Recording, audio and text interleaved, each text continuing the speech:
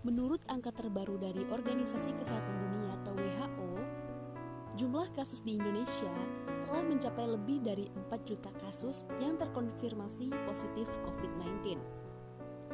Di antara mereka harus melakukan isolasi mandiri atau yang disebut dengan isoman. Lalu, apa ya isolasi mandiri itu? Yuk simak video ini terus.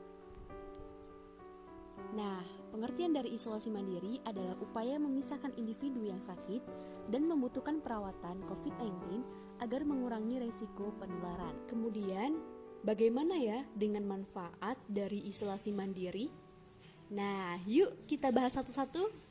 Jadi teman-teman, manfaat yang pertama dapat mengurangi kecemasan serta mengetahui hal-hal yang memperingan atau memperburuk gejala yang dialami. Yang kedua, untuk mengurangi penularan COVID-19, karena COVID-19 sangat mudah sekali menyebar, serta melatih diri untuk menangani gejala dan menambah daya tampung rumah sakit, terutama bagi pasien yang membutuhkan. Lalu, hal apa saja ya yang perlu dipersiapkan selama isolasi mandiri ini? Yang pertama, menjalankan isolasi mandiri atas anjuran dokter. Yang kedua, terpenuhinya kebutuhan sehari-hari. Yang ketiga, terjaminnya keamanan. Yang keempat, menyediakan peralatan medis dasar. Dan yang kelima, lapor pada pihak yang berwenang. Nah, hal apa saja ya yang perlu dilakukan ketika isoman? Yang pertama, lapor kepada petugas kesehatan. Gunanya apa? Untuk mendapatkan edukasi seputar COVID-19, pengecekan dengan PCR, dan mendapatkan obat serta suplemen selama isolasi mandiri. Yang kedua, syarat melakukan isolasi mandiri di rumah terbagi jadi dua. Yang pertama, syarat klinis. Usia kurang dari 45 tahun, tidak memiliki penyakit penyerta, dan bergejala ringan.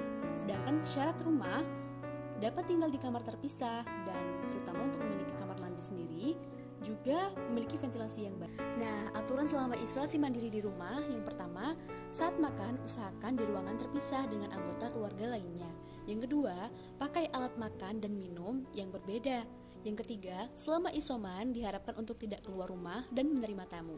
Keempat, gunakan masker double. Yang kelima, jaga jarak dengan anggota lainnya.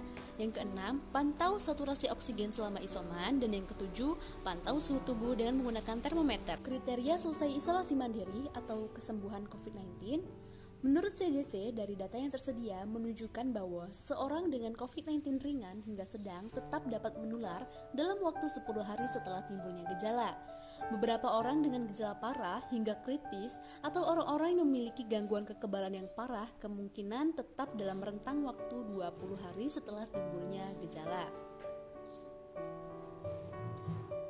Oke, itu saja teman-teman yang bisa kami sampaikan. Terima kasih sudah menonton. Kami dari kelompok 5 reguler B. Salam hangat.